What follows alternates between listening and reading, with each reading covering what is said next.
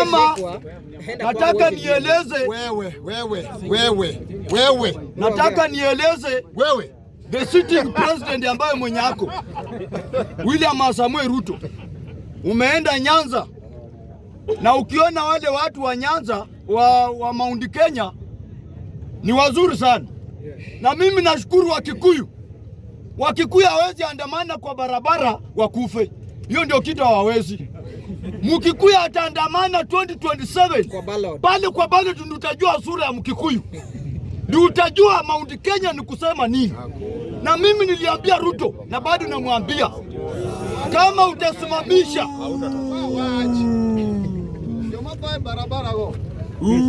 Ruto, kama utasimamisha mbunge yote Mount Kenya na chama ya UDA upate, tatembea uchi, nitaenda uchi. And Mr. Speaker, hawa watu wa Mount Kenya tunawabulemu sana, tunawabulemu. Mara Ruto ameenda huko tena, nimeona Ruto akihesabu barabara, za Mount Kenya na majina na vitongoji zenye anajua. But mimi nataka niambie Ruto, siasa ya promise after promise imeisha kwa Wakenya. Promise after promise after promise. Wewe kazi yako ni kuahidi. Nataka niambie watu wa Mount Kenya, mumepokea Ruto kwa sababu ile pesa alikuja nayo.